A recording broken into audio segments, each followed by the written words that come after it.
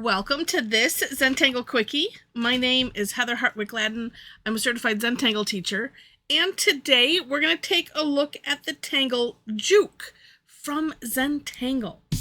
All right, I was nosing around and I was just not, I like to see what will jump out at me, and nothing was jumping. So I went to my Zenthology and I'm like, well, look at this one. This is neat. It's a neat fill-in tangle, combines some high contrast with some texture. It's just really neat. Okay. Oh, let's do this. 4 corner dots and a border. I haven't done that in a while. Because as I mentioned, you could use it as a nice fill-in. So we'll pretend that we're doing traditional tangling. And this is a section. If I did a string there, I'd have to get out my 003 and do some really tiny tangling. That you know what, that could be interesting, and I might have to do that sometime and play with it. Okay, so this one, and this is really funny. So Zentangle ink, and whoever's drawing, there's their grids, instead of it being nice and straight, it's always at an angle or something. And not that this one has to be at an angle. It can be a grid, however you wish to draw the grid. I just always am inspired. I'm like, yes, I'm gonna put some curves in there. And it's just fun. So you do whatever you want to do. I'm gonna continue that because it's neat. Maybe I'll not make maybe I'll make it thicker closer together on one side and further apart on the other. Something like that. I don't know. And then when you cross it, it's not going to matter anyway. So this is just one of those. It's fun to just not worry. And it's Zentangle. So we should not be worrying. If you find yourself worrying, you must admonish yourself very quickly and harshly. No, I'm just kidding. Bad to you when you do that. Don't do that. I do that to myself. It's like, no, stop it.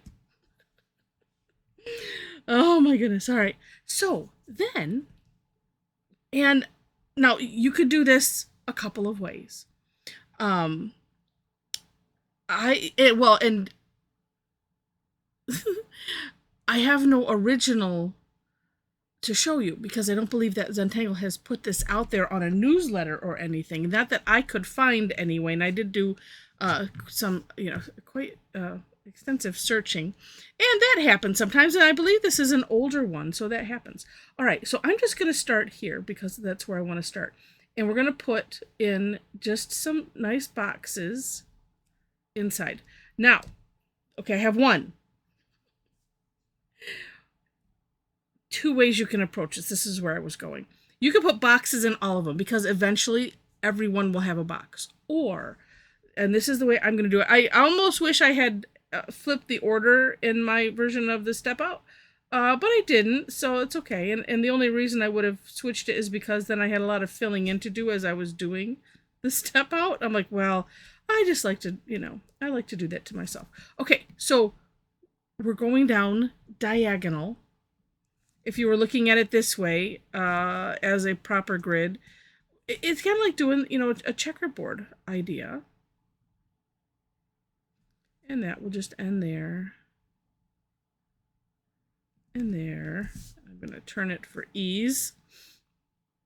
And what's also fun, and what I like about, I like about all of Zentangle, but the tangles that Zentangle puts out, when you look at them, it's like they're not perfect, and it's so nice. And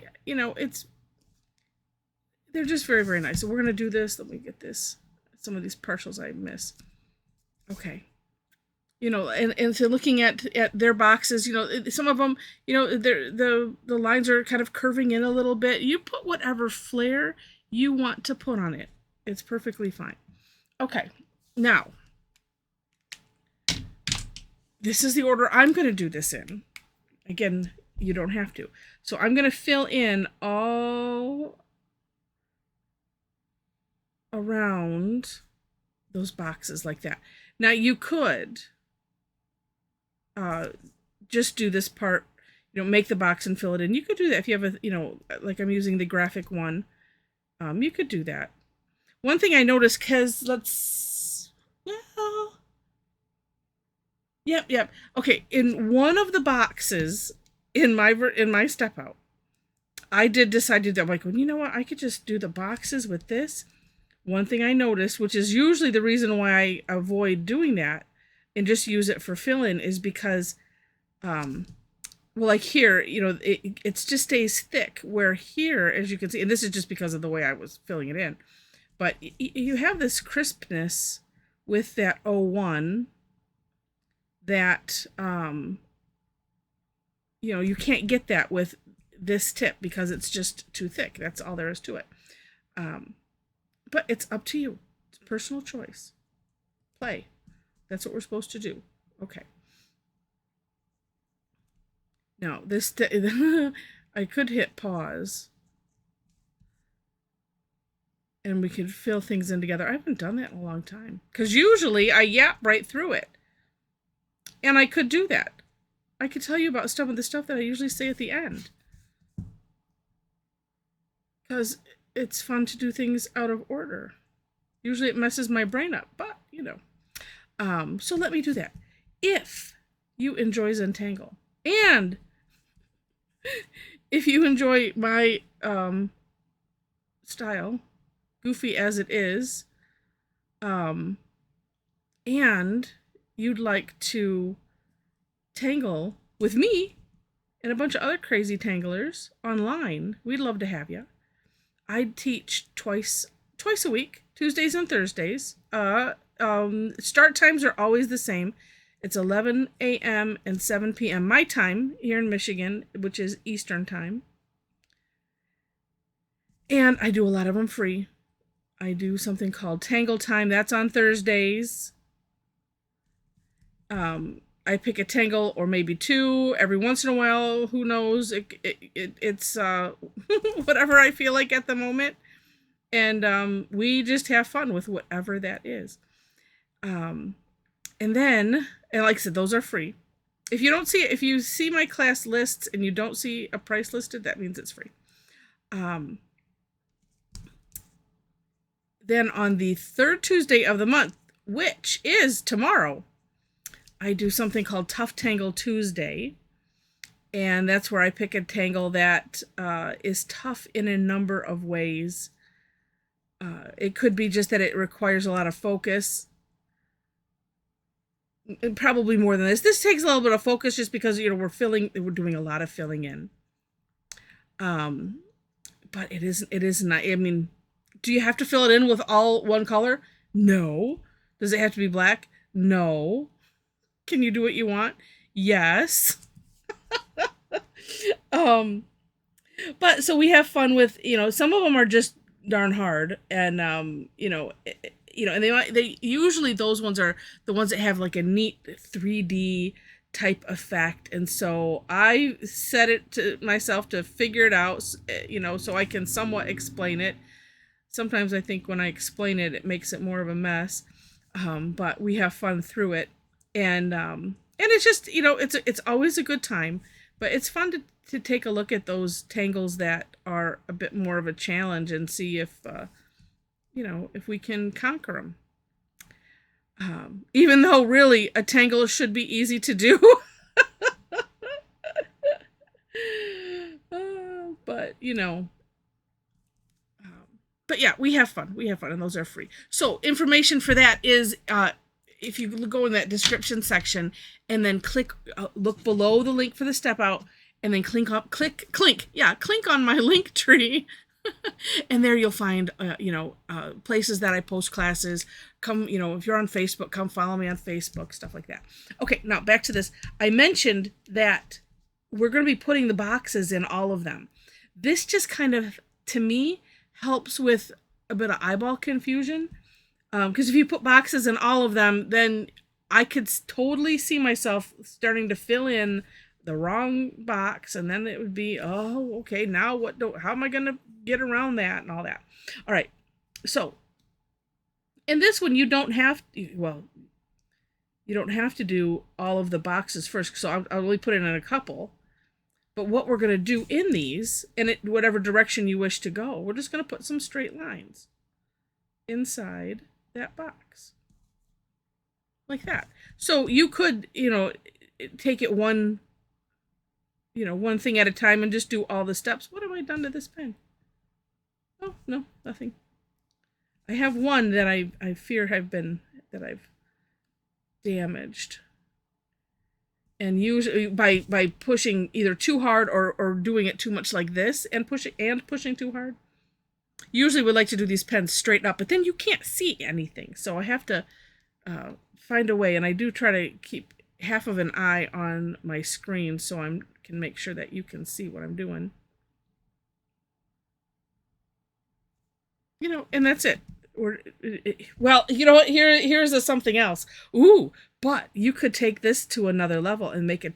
Well, I'll call it a tangulation right now, because you could, in the empty boxes, you could continue on. There's a thought, if you wish. You just do another box going in. Like we're doing now. We're just I'm going kind of middle of the side to the middle, connecting all of those just because. But you could do the same inside there. So the only hard part about this one is just maintaining what you're doing in which box. Like I know some people. Well, my mom's issue with Knightsbridge is it's all the filling in. So she won't like this one either. That's okay. But sometimes, and I've heard some people say that, it just gets kind of confusing. Well, which am I filling in? Which am I not? And I heard it once, I think Rick or Maria, to focus on, so if you fill in one and then, okay, where the corners are kissing, then that's the next one that you do. And sometimes that's easier than, like, let me hold this so it looks more like a grid.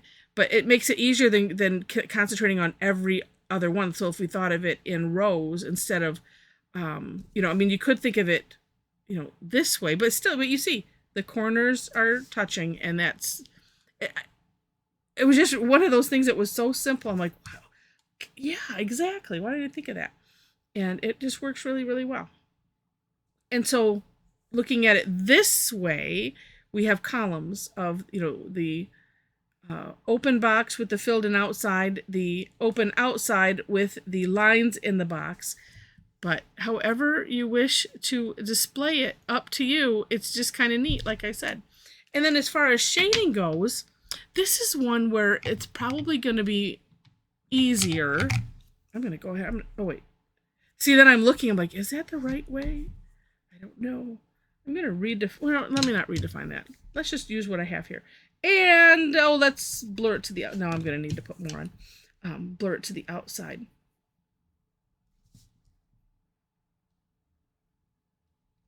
Because you could have this, either go to the inside or the outside. And when I'm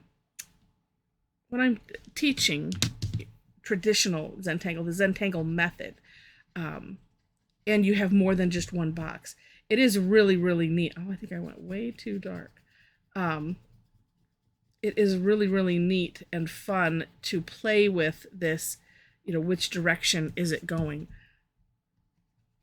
Like I said, I went a little too heavy or something, or I pushed too hard, I think, because well, no, you can see I'm having to push this on its side. If you have trouble with getting that graphite to move and you have a line that's being persistent, that is one way that I have been finding to help it, is to really put the Tortillion on its side so that those grooves can grab the graphite and move it around.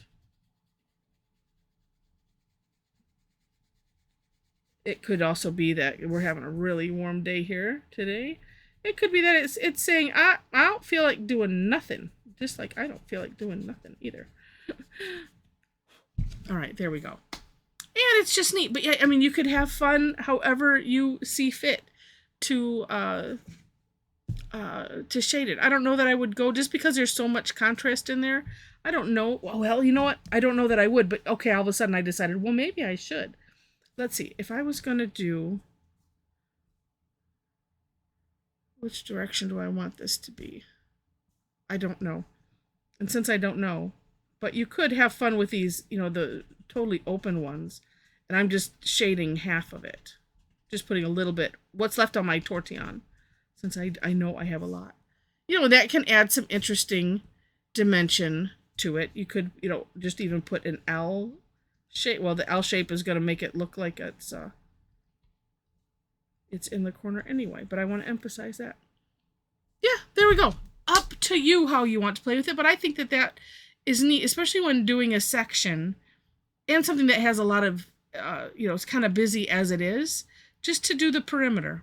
It works just fine. We don't have to get fancy at all. So I hope you enjoyed this. If you did, would love it if you click on the like button. I'm deciding which direction I want that to go in. It doesn't matter, does it? Nope. Kind of neat on its on the angle there. But maybe this angle. Yeah. Anyway, if you enjoyed it, please click on the like button. If you liked it enough to see more, would love to have you be a subscriber to the channel. I mentioned the description section, and again, you'll only find, there will be no for more inspiration. And if I find some, I'll make sure to put it on there. But I did some searching. I usually search the Zentangle newsletter and blog, and did not find it. So anyway, so you just have me, and that's it. I hope it's enough. But yeah, enjoy this, have fun with it, and yeah, make sure to check out the link tree. If you are interested, also, by the way, if you are on Facebook and want to have fun tangling and talking about Zentangle with other Tangle addicts, we have a group on Facebook, private group. We'd love to have you join us. Click on that link. There are 4 questions you must answer in order to gain entry. I just like to make sure that you know that. And yeah, and that's it. But come join us. We'll have a lot of fun. All right. So with that, thank you so much for watching, and I wish you happy tangling.